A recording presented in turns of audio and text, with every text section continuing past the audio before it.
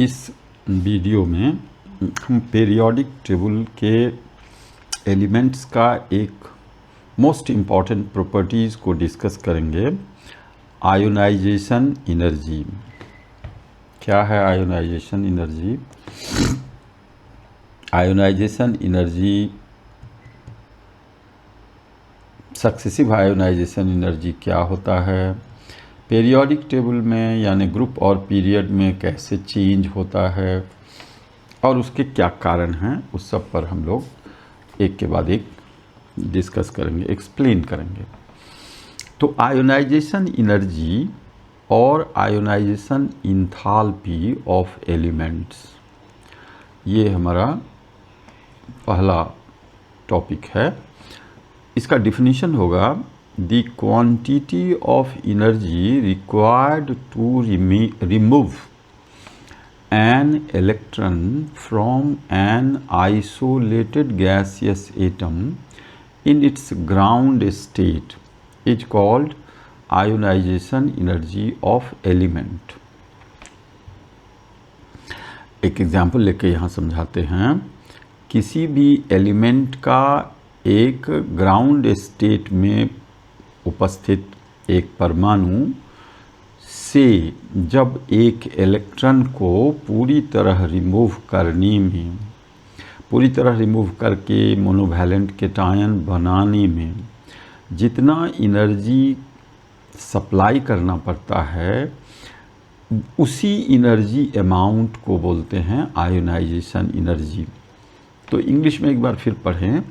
The quantity of energy required to remove an electron from an isolated gaseous atom in its ground state।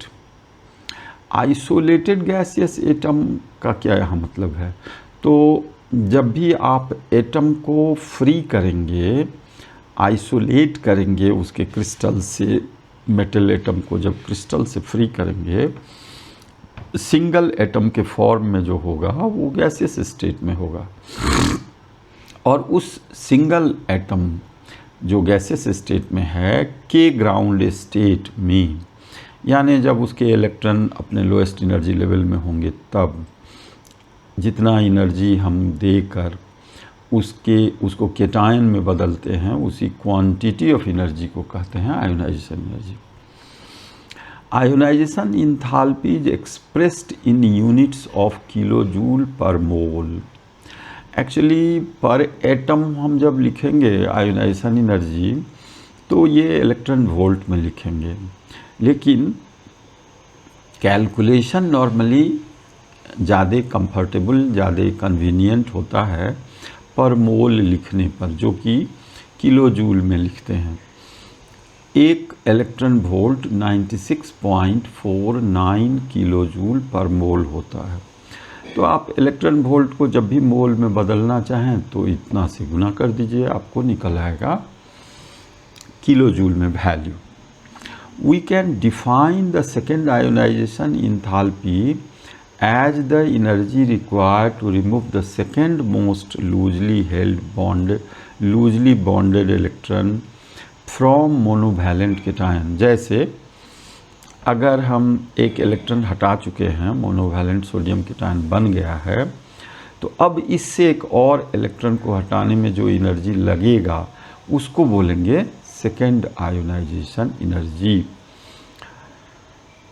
Example के तौर पर यहाँ 3 ionisation energy sodium का दिया हुआ है। फर्स्ट आयोनाइजेशन एनर्जी सोडियम का है 495.8 किलो जूल पर मोल। सेकेंड आयोनाइजेशन एनर्जी है 4562 यानी 4562 किलो जूल पर मोल। अब यहाँ था 495, देखिए सेकेंड में ये 1000 में आ गया, ये है 4592, यानी कितना गुना बढ़ गया। Large quantity of energy required to remove second electron of sodium. और थर्ड में देखिएगा 6910 इसका किलो जूल पर मोल हो गया। तो इसका माने हुआ फर्स्ट आयोनाइजेशन से बहुत ज़्यादा होता है सेकेंड आयोनाइजेशन एनर्जी किसी एलिमेंट का, और सेकेंड से भी ज़्यादा होता है थर्ड आयोनाइजेशन एनर्जी। क्यों? क्योंकि फर्स्ट इलेक्ट्रॉन तो आप एटम से हटाते हैं, लेकिन एक बार जब केटायन बन गया तो उसमें प्रोटॉन का नंबर ऑफ इलेक्ट्रॉन से बढ़ जाएगा, यानी रिमेनिंग इलेक्ट्रॉन पर न्यूक्लियस का होल्ड बढ़ जाएगा। Nucleus is now more tightly held the remaining electron, so to remove second electron requires larger quantity of energy.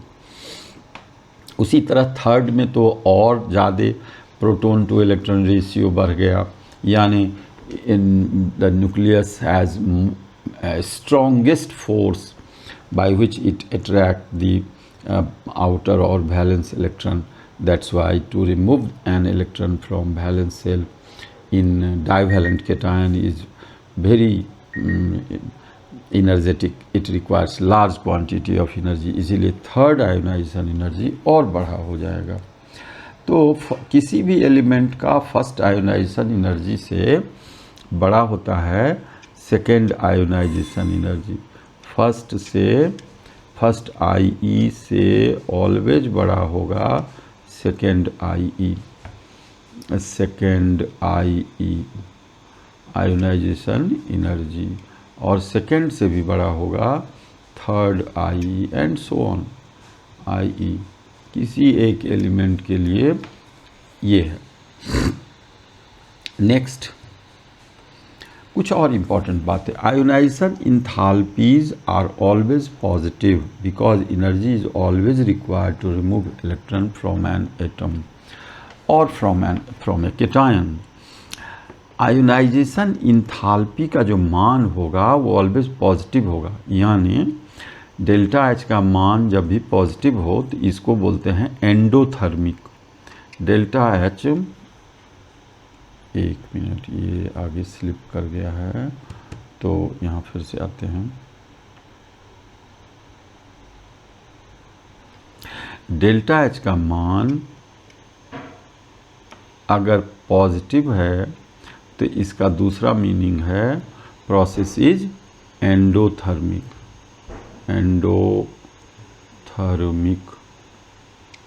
Process. Endothermic का माने हो गया जिसमें हीट सप्लाई होता है। तो आयोनाइजेशन एनर्जी ऑलवेज पॉजिटिव होगा, यानी इसमें हीट सप्लाई होगा।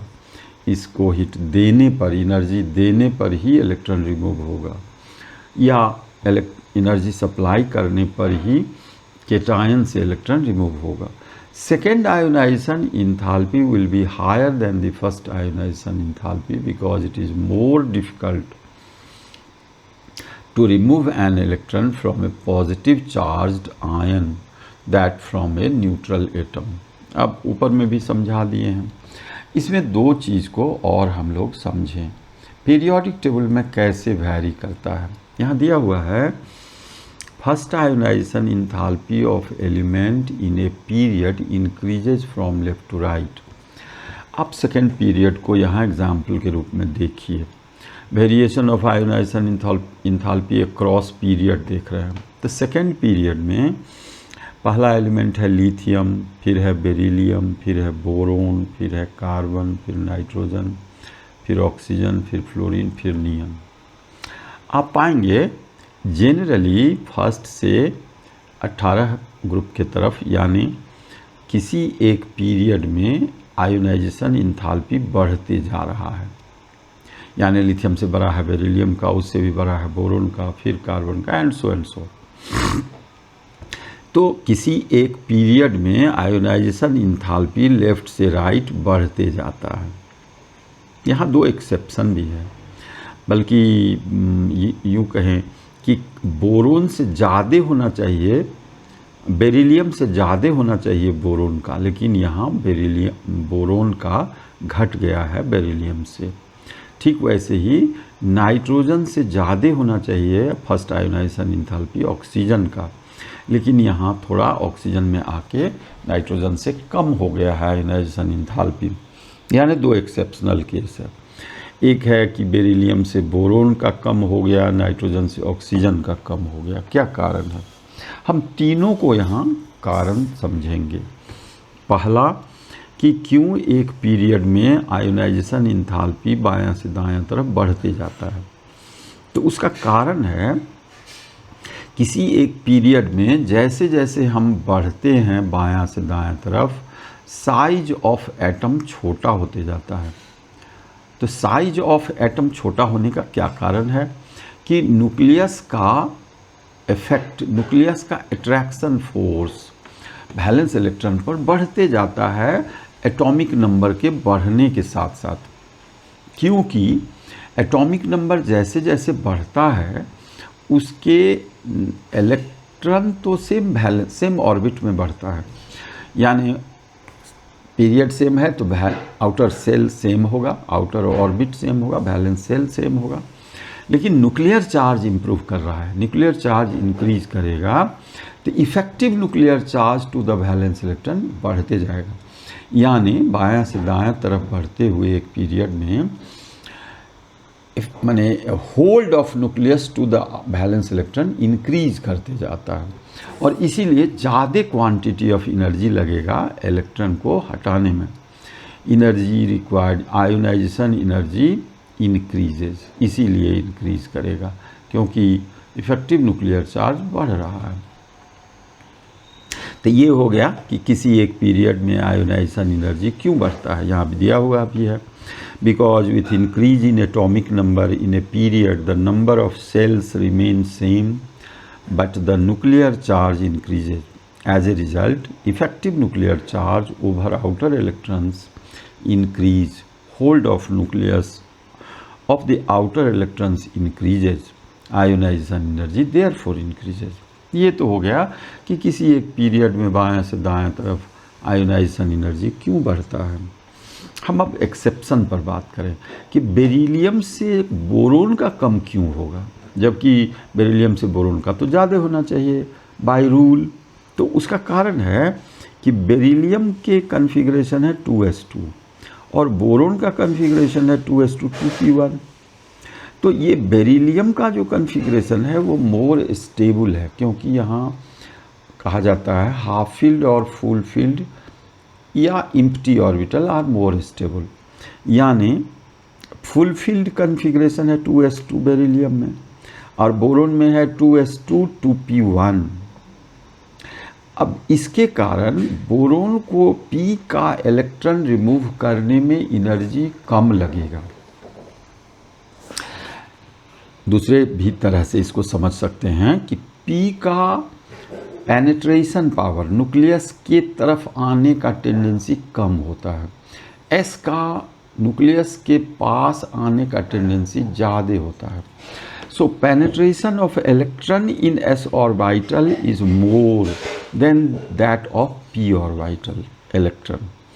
परिणाम है कि s से इलेक्ट्रॉन हटाना ज़्यादा डिफ़िकल्ट है, it requires more energy. p से इलेक्ट्रॉन हटाना ईजियर है, इट रिक्वायर्स लेस एनर्जी। तो इसी कारण से बेरिलियम से आयोनाइजेशन एनर्जी बोरोन का कम हो गया। अब दूसरा केस देखते हैं कि नाइट्रोजन से ऑक्सीजन का कम क्यों हो गया। तो nitrogen has 2s2 2p3 configuration whereas oxygen has 2s2 2p4 configuration। By removing one electron from p, the oxygen has half filled configuration whereas nitrogen has already half filled configuration। तो half field configuration more stable होता है, इसीलिए oxygen का एक electron हटाने में energy कम लगेगा क्योंकि p4 से p3 ज़्यादा स्टेबल है। और इसी कारण नाइट्रोजन से ऑक्सीजन का ये आयोनाइजेशन एनर्जी घट जाता है। तो आप दोनों कारण समझ गए कि क्यों बोरोन का आयोनाइजेशन एनर्जी बेरिलियम से कम है और क्यों नाइट्रोजन का आयोनाइजेशन एनर्जी ऑक्सीजन से ज़्यादा है। अब चलते हैं ग्रुप में। Variation of ionization enthalpy in a group. Rule है in a group first ionization enthalpy of element decreases from top towards bottom. यानी जैसे जैसे एक ग्रुप में हम ऊपर से नीचे की तरफ बढ़ते हैं, आयोनाइजेशन एनर्जी का मान घटते जाता है। यहाँ फर्स्ट ग्रुप का केस लिया हुआ है, वैल्यू भी दिया हुआ है। सबसे कम आयोनाइजेशन एनर्जी हो, सबसे ज़्यादा आयोनाइजेशन एनर्जी होगा लिथियम का, उससे कम होगा सोडियम का, उससे भी कम होगा पोटेशियम का, उससे थोड़ा सा कम होगा रुबिडियम का, और उससे भी कम होगा यहाँ सीजियम का। तो आप देख रहे हैं कि ग्रुप में आयोनाइजेशन एनर्जी का मान घटते जाता है। क्यों? उसका एक कारण है कि ग्रुप में जैसे जैसे हम ऊपर से नीचे आते हैं साइज ऑफ एटम बढ़ते जाता है। क्यों? क्योंकि ऑर्बिट का नंबर बढ़ता है। तो साइज बढ़ेगा अगर, तो नंबर ऑफ ऑर्बिट बढ़ेगा यानी पीरियड बढ़ेगा, तो परिणाम होगा कि न्यूक्लियर चार्ज का इफेक्ट आउटर मोस्ट इलेक्ट्रॉन पर कम हो जाएगा। आप जैसे जैसे ऊपर से नीचे की तरफ आएंगे नंबर ऑफ ऑर्बिट बढ़ते जाएगा, इनर कोर में इलेक्ट्रॉन बढ़ते जाएगा, तो शील्डिंग ऑफ न्यूक्लियर चार्ज बढ़ते जाएगा। जैसे जैसे कोर में इलेक्ट्रॉन बढ़ेगा तो न्यूक्लियर चार्ज को मोर इफेक्टिवली शील्ड कर देगा कोर का इलेक्ट्रॉन। तो परिणाम होगा effective nuclear charge to the outer electron decrease कर जाएगा, और outer electron more loosely held हो जाएगा, तो उसको रिमूव करना आसान होगा। इसीलिए यहाँ लिखा हुआ है in a group from top to bottom number of orbits increases, number of electrons in inner core increases, and the effective nuclear charge experienced by valence electron decreases due to shielding or screening of valence electron from nucleus. As a result, ionization energy decreases. हम मानते हैं ये समझ में आ गया होगा। यहाँ अब कुछ इम्पॉर्टेंट क्वेश्चन यहाँ हम दिए हैं जिसको बनाएंगे विद्यार्थी, तो उनको आयोनाइजेशन एनर्जी और साफ साफ समझ में आएगा।